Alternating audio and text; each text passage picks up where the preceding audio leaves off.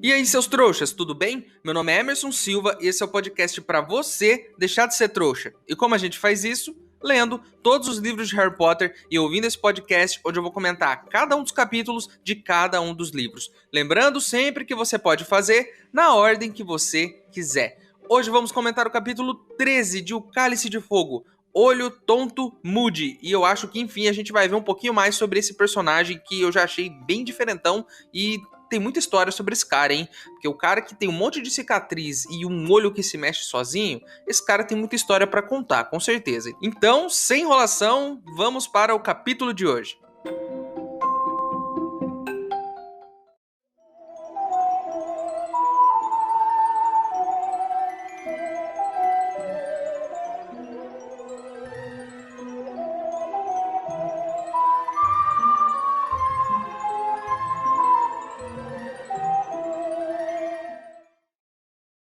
Pessoal, o contato meu lá de Hogwarts me informou que se você tiver alguns galeões, consegue uma carta com o seu nome para ir estudar lá em Hogwarts, mesmo sendo um trouxa. Então eu tô fazendo uma vaquinha para ver se isso é verdade. Se você quiser ajudar, o link para apoiar tá aqui na descrição do episódio. Lembrando que se você não puder ou não quiser, não tem problema. O mais importante é você continuar aqui com a gente, ouvindo o podcast para deixar de ser trouxa.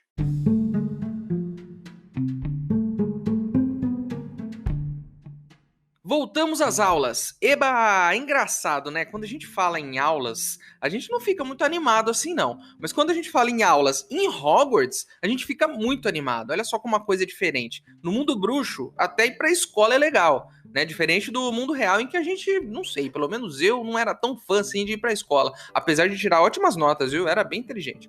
É... Você trocaria, por exemplo, sua aula de português por aulas de transfiguração?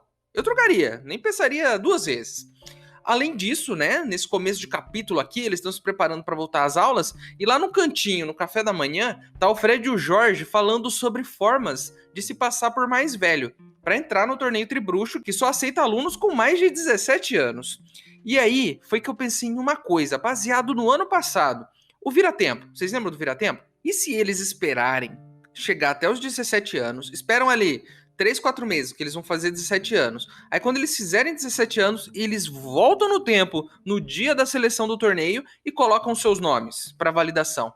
Mesmo que exista um contrato mágico ali, que não deixe alunos menores de 17 participarem, eles já vão ter mais de 17. O único problema é que eles, quando voltarem no tempo, não podem ver o Fred e o Jorge do passado. Então, nesse caso, o Fred e o Jorge do passado têm que ficar fora da vista de todo mundo por 5 meses, porque aí tem espaço para o Fred e o Jorge do futuro conseguirem fazer as coisas. Então, eles têm que se esconder em algum lugar aí. Essa foi uma das ideias que eu tive. Eu não sei, eu acho que a poção de envelhecimento é um pouquinho melhor do que esse meu plano aí.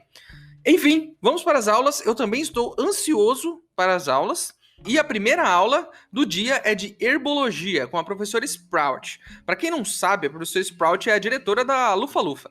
E o que eles vão fazer hoje? Eles vão trabalhar com as bubotúberas, que são plantas cheias de bolhas de pus. E eles têm que espremer essas bolhas de pus que tem nas plantas e encher lá umas garrafas. E eles coletam litros e litros de pus. Eu só tenho uma coisa para dizer. Como um cara que vê vídeo de gente espremendo espinha junto com a minha namorada. Sim, tem casais que vê filme romântico, né? Comédias e filmes de amor, e tem casais que gostam de fazer vários tipos de coisas juntos. A gente vê vídeo de gente espremendo espinha. Eu sei que é estranho, mas é uma coisa meio que hipnotiza. Muita gente, inclusive, porque os vídeos têm muitas visualizações. Eu, particularmente, adoraria essa aula aí, de ficar espremendo essa espécie de espinha, de pus que tem nas plantas. Seria quase uma terapia, sabe? Como estourar plástico bolha, por exemplo. Espremer espinha tá entre uns dos hobbies terapêuticos mais baratos que existem. Inclusive, você não precisa nem espremer, você pode ficar vendo isso no YouTube. É nojento? É. Mas aquele líquido amarelo saindo, aquela bolha estourando, né? Aquilo é uma maravilha. Me desculpem, ouvintes, por criar essa imagem nojenta na cabeça de vocês, mas eu acho que é um bom passatempo aí para quem tá precisando de alguma coisa para se distrair. Mas, explicando, o pus das bubotúberas são ótimos para curar o quê? Espinhas. Olha só, Hogwarts está preocupada em curar as espinhas no rosto de seus alunos, e a enfermeira de Hogwarts, a Madame Pomfrey, ela vai receber todos esses litros de pus das bulbotúberas para poder passar na cara dos alunos, sei lá como é que faz o tratamento, mas para diminuir as espinhas do rosto deles. Aí a gente tem um relato de uma aluna que fala assim: teve uma outra menina aí que ela tentou tirar as espinhas fazendo um feitiço. E aí parece que ela ficou com o nariz todo zoado. Um leitor despreparado passaria reto por essa parte, mas eu não. O meu trabalho aqui é trazer para vocês um pensamento crítico, não é? É pensar no que cada linha desse livro significa. Eu não trago aqui informação do universo expandido de Harry Potter, eu não venho aqui falar sobre os livros, né, no futuro, sobre o que vai acontecer na história. Tem um monte de canal que faz isso já. Aqui o negócio é diferente, aqui a gente analisa a fundo cada linha do que a gente está lendo naquele momento. Não falamos de futuro, não falamos muito de passado, não falamos de universo expandido. Vamos nos concentrar nessa linha. Sabe o que isso significa? Esse pequeno trecho falando de uma aluna que está tentando curar as espinhas com feitiço? Isso está falando sobre a adolescência, está introduzindo nesse universo a adolescência dos personagens. Um leitor desavisado não perceberia, mas todo mundo que ouve esse podcast está acostumado com isso. A gente consegue analisar o quadro, a gente consegue entender o que está acontecendo. O Harry, por exemplo, sonhou com a Cho 2 capítulos atrás. Agora, descobrimos que temos alunos desta idade com espinhas no rosto, que estão tentando feitiços para remover espinhas. A escola está preocupada com as espinhas dos alunos. O que a gente pode deduzir disso tudo? Hogwarts está passando por uma efervescência de hormônios aí no 4º ano, e todos os alunos do 4º ano estão se tornando adolescentes. Olha só, Harry, Rony, Hermione e todos os outros ali daquela turma estão virando adolescentes. E o que a gente pode esperar de adolescentes cheios de hormônios e poderes mágicos? Uma combinação muito perigosa, né? Então a gente vai ter que continuar lendo para descobrir, mas eu acho que é uma combinação muito perigosa. Hormônios e magia é uma coisa que pode dar um problemão lá na frente, mas a gente precisa ler para entender o que vai acontecer. Próxima aula é a do Hagrid, junto com a turma da Sonserina, né? É difícil, né? Sonserina, vamos lá. A aula começa com vários arres, um monte deles. E é muito bom quando tem isso no livro. Eu não entendo o que significa arre, mas é tipo quando as pessoas assustam, né? E aí eles vão cuidar do quê? Dos animaizinhos que se chamam explosivins. E vamos criar vamos criar uma imagem mental dessa criatura que é tipo uma lagosta. Que lagosta? É tipo uma baratona gigante, né? É tipo uma lagosta sem a casca. Então ela é toda gosmenta e o rabo dela fica explodindo. E tem um monte desses bichos numa caixa, assim, se mexendo um em cima do outro, uma bagunça. Meus amigos, mais uma vez, um leitor desavisado não entenderia o que isso significa. Mas olha só, seriam os explosivins mais uma metáfora para a adolescência? Porque um adolescente é tipo esse bicho aí. Ele é gosmento e ele é explosivo, não é? Não são assim os adolescentes? O Malfoy diz que esse é um bicho inútil e que não serve pra nada. E aí a Hermione diz, não é assim. Não é porque um animal é feio que ele é inútil. E mais uma vez, o que a Hermione diz significa o quê? Adolescência. Porque adolescentes podem ser até feios e gosmentos, mas não são inúteis. Você pode pedir, por exemplo, para um adolescente lavar a louça, para pegar uma roupa no varal, a hora que começa a chover, para buscar uma coca no mercado. Mas ele é gosmento, cheio de espinhas e explosivo, assim como os explosivins. Então, um beijo a todos os adolescentes que ouvem esse podcast. Nós gostamos muito de vocês e fiquem tranquilos. Vai passar. Pode ter certeza, vai passar. Próxima aula, adivinhação. Que é a aula mais chata de todas. Já era no ano passado, mas eles continuam insistindo em fazer a aula de adivinhação com a professora Trelawney, né? Na aula de hoje, eles vão ver o futuro nas estrelas. Isso é tipo signo, não é? Ver futuro nas estrelas, nos astros, a posição em que você estava, né?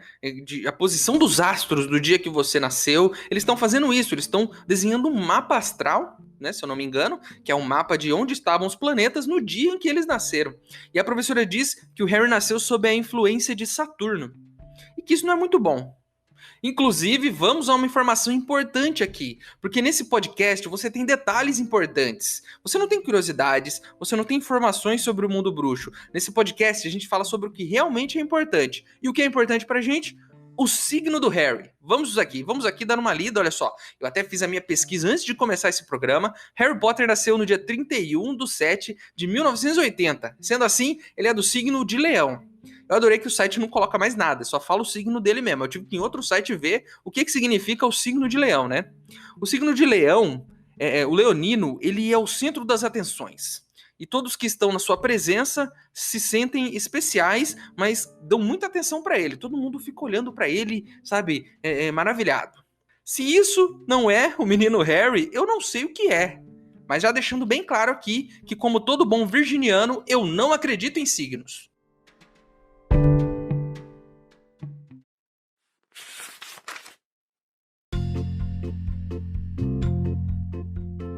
Arre! Praticamente resumia o que eram os explosivins.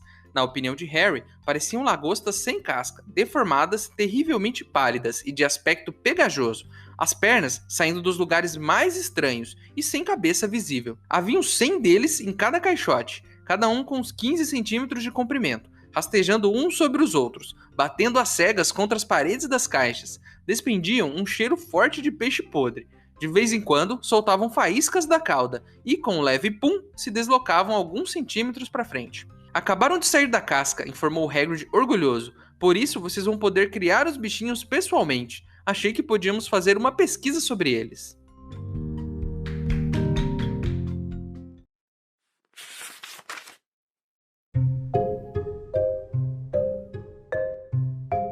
Então eles estão lá, fazendo o mapa astral, né? E o Harry tá vendo a posição dos planetas no dia em que ele nasceu. A Lila, nesse momento, dá um gritinho e diz que tem um planeta oculto no mapa astral dela, né? E aí ela pergunta pra professora, qual é esse planeta aqui, professora? A professora diz que é Urano. Aí, meus amigos, eu li Harry Potter quando eu era criança, quando eu era um jovem, puro e sem malícia, e eu não entendi o que aconteceu aqui. Mas hoje, adulto, e cheio de maldade no coração como eu estou, esse aqui foi um trecho que me deixou sem palavras, de tão chocado que foi. Isso aqui é uma denúncia, uma piada das mais sujas que eu já vi em Harry Potter. Ó, vamos passar isso aqui em português primeiro. Vamos lá. O Rony se vira e ele diz pra Lila, Lila, posso dar uma olhada no seu Urano? Um jovem como eu, que era um leitor mais distraído, uma criança, sem toda essa maldade no coração, não entendeu essa piada direito. Mas eu estou aqui hoje, anos mais velho, para te dizer que esse é um dos trechos mais sujos de Harry Potter. E eu vou te explicar sem explicar, porque aí você vai ter que montar essa imagem na sua cabeça, porque eu não tenho coragem de falar o significado dessa frase do Rony. Mas vamos lá, o planeta oculto no mapa astral dela é Urano. Em inglês, Urano é Uranus. Sacou? Eu não vou explicar a piada, e o quanto ela é suja. Mas repita o nome desse planeta em inglês e imagine o Rony perguntando e falando que quer ver isso da Lila. Eu me recuso a fazer esse trocadilho aqui e a explicar mais do que isso. Você vai ter que pensar um pouquinho, mas meu amigo, que piada suja. E Rony, que feio fala isso, cara. Rony, sabemos que todos estão na adolescência, acabamos de falar sobre isso, mas cara, segura a onda, cara. Segura a onda no meio da aula, assim, sabe? Pô, essa menina, se eu fosse essa menina, eu já tinha dado um soco na cara dele. Tinha dado já, um soco na cara. Que negócio é esse ficar falando esse tipo de coisa, assim, do nada? Ao sair da aula, a Hermione dá uma zoada neles. A Hermione encontra eles, né, porque ela não tá na aula de adivinhação, ela deu um chilique ano passado, falou, essa merda não é pra mim, e foi embora. E aí ela encontra eles no corredor e fala, a professora Vector não deu nenhuma lição de casa. Nós, aqui, desse podcast, e talvez leitores de Harry Potter, não conhecemos a professora Vector, porque Harry não tem aulas com a professora Vector. Mas eu achei o nome dela muito engraçado. E eu acho que isso pede uma análise aqui. Primeiro eu quero saber qual é a aula da professora Vector. Deixa eu ver aqui. Ó, professora Vector dá aula de aritmancia, que é uma espécie de cálculo e tal, que você consegue até decifrar o futuro através de cálculos, é alguma coisa do tipo, né? O nome dela é Séptima Vector. O nome dos professores de Harry Potter tem significado de acordo com a aula que eles dão ou com a personalidade deles. Vamos lá, ó. Isso aqui, ó, não peguei nenhum site, hein? Isso aqui eu mentalizei aqui. Severo Snape. Severo né, de um cara severo mesmo, de um cara rigoroso, rígido. E Snape, pra mim, lembra muito Cobra, né? Porque ele é da Sonserina, por exemplo, tem todo esse rolê. E ele dá aula de poções. Então, o nome dele diz muito sobre a própria personalidade, sobre a casa que ele veio. Minerva, McGonagall. Minerva, eu procurei o significado e é sabedoria. Então, Minerva significa sabedoria. E sabemos que a professora McGonagall é muito inteligente. Ela é, né, acima da média. E ela dá aula de transfiguração. Então, isso diz muito sobre a própria personalidade dela. Remo Lupin. Lupin é lobo em latim. E ele é o quê? Um lobisomem? Olha só. E ele dá aula de defesa contra as artes das trevas. Vamos para a nossa amiga Séptima Vector. Aritmancia é a aula dela. E aritmancia é o quê? É uma aula de cálculo. O nome dela é Séptima, que significa 7, que a gente já viu aqui nesse podcast, que é um número muito importante de Harry Potter, porque tudo é 7. E Vector é um vetor, que é muito usado em matemática. Então o nome dela é Vetor 7, alguma coisa assim, em português. Então, o nome dela diz tudo sobre a aula que ela dá. Professor Sprout. Pomona Sprout, o nome dela. Sprout significa o quê? Broto. E ela dá aula de herbologia, olha só. E Sibila Trelawney. O que significa Sibila? Procurei aqui também, porque eu não sei todas as palavras. Eu sou um cara que estou aprendendo constantemente. Sibila significa um som agudo. E o que a professora Trelawney mais tem é um som agudo saindo da boca dela o tempo todo. Professor Flitwick. Flitwick significa... Flit significa sacudir. E Wick sozinho, pelo que eu vi aqui, significa pavio. Vamos focar no lance do sacudir. Ele é um professor de feitiços. E o que você faz nos feitiços? Sacode a sua varinha. E o Wick de pavio, eu imagino que seja porque ele é pequenininho. E aí seja tipo uma piada, né? A minha questão é, os nomes significam muito. Dizem tudo sobre a personalidade dessas pessoas e às vezes falam um pouco sobre a aula que elas dão, inclusive. Nunca tinha parado para pensar nesse detalhe. Talvez você já tenha pensado nisso e tudo bem. Mas eu não achei nenhuma teoria pronta também que eu pudesse usar aqui, né? Eu tive que montar e meio que ir procurando o significado de cada nome e eu cheguei a essa conclusão. Se alguém já chegou a essa conclusão antes, tudo bem, mas isso não tira o meu mérito, porque eu também pensei nisso. E a minha questão é, quando a mãe do Snape foi dar o nome dele, nasceu aqui, esse menininho, vou dar o nome dele de Severo Snape? Não é estranho? Porque ele vai ser um cara severo? Não sei, mas eles têm esses nomes. Séptima Vector. Nossa, minha filha tem uma cara de que vai fazer muitos cálculos quando crescer. Vou chamar ela de Séptima Vector. Olha só que bonitinha. Enfim. Mas é legal, né? Que esses nomes tenham algum significado. Eu gostei disso, gostei bastante. Enfim, chegou a hora do jantar. E eles estão indo lá pro grande salão, né? E quem está lá? O nosso querido Malfoy. Eles estão indo pro salão, o Malfoy meio que esbarra neles e ele começa a ler o jornal, falando que eles erraram o nome do Sr. Weasley em uma matéria que tá lá no jornal. E que ele não é um ninguém, e que ele é um ninguém, e por isso ninguém lembra o nome dele. E aí começa a falar também, olha só essa foto aqui da mãe do Rony, como ela é gorda. Porque o Malfoy é gratuito, o Malfoy chega e já começa a te zoar, entendeu? Ele não espera, ele já chega e já vai soltando. E já vai, você é pobre, seu pai é ninguém, sua mãe é gorda. Do nada. Aí o Harry olha pro Malfoy e pergunta, pô, Malfoy, sua mãe sempre teve aquela cara de que tá cheirando bosta? Ou é só quando você tá perto? Cara, isso foi lindo. Harry, você merece um prêmio de melhor resposta. Porque quantas vezes na vida a gente é zoado por alguém e a gente não consegue responder? Aí quando a gente chega em casa depois, a gente fica pensando, pô, podia ter falado isso, hein? Podia ter... Aí você ensaia a resposta 1 milhão de vezes, se ele falar de novo, eu vou falar isso. Aí o cara fala de novo e você não consegue responder de novo, porque você trava. O Harry pensou nisso na hora e já mandou na hora. Eu admiro alguém que consegue insultar com tanta velocidade assim. Essa pessoa merece o meu respeito. Aí o Malfoy fica pistola. O Harry meio que vira de costas, assim, pra mesa dele, né? E ele sente alguém vindo pra cima dele. Só que não dá muito tempo e essa coisa meio que... acontece algum barulho lá, algum negócio, o Harry olha pra trás e tem uma doninha branca no chão. Doninha é tipo um furão, saca? Tipo um bichinho mesmo, assim, um ratinho, sabe? Ele é compridinho, um furão. Aí o Harry olha e vê o olho tonto Moody, o professor, sacudindo essa doninha pra baixo e pra cima.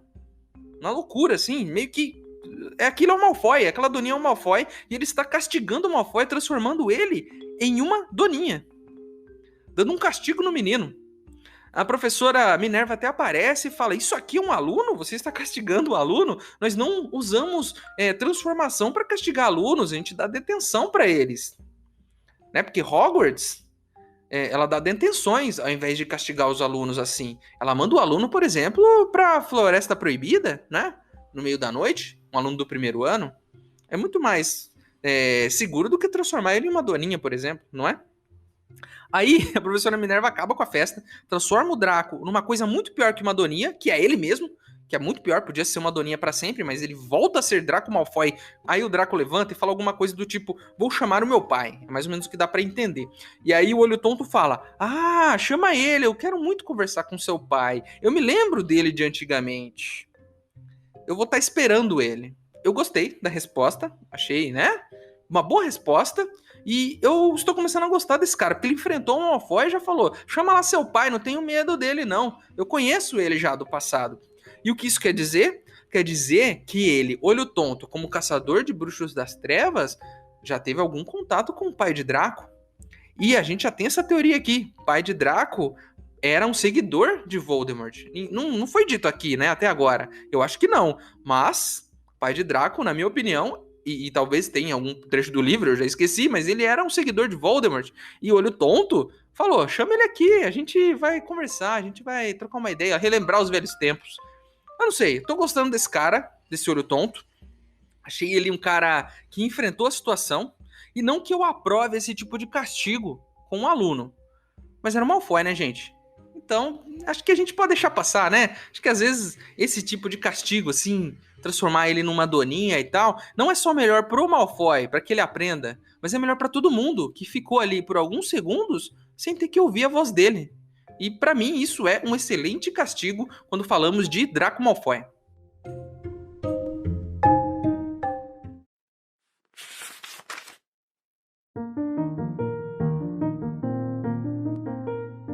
Não se atreva a ofender minha mãe, Potter. Então, vê se cala esse bocão, disse Harry dando as costas ao colega. Bang! Várias pessoas gritaram. Harry sentiu uma coisa branca e quente arranhar o lado do rosto. Mergulhou a mão nas vestes para apanhar a varinha, mas antes que chegasse a sequer tocá-la, ouviu um segundo estampido e um berro que ecoou pelo saguão de entrada. Ah, não vai não, garoto! Harry se virou. O professor Moody descia mancando a escadaria de mármore. Tinha a varinha na mão e apontava diretamente para uma doninha muito alva que tremia no peso de lajotas, exatamente no lugar em que Malfoy estivera.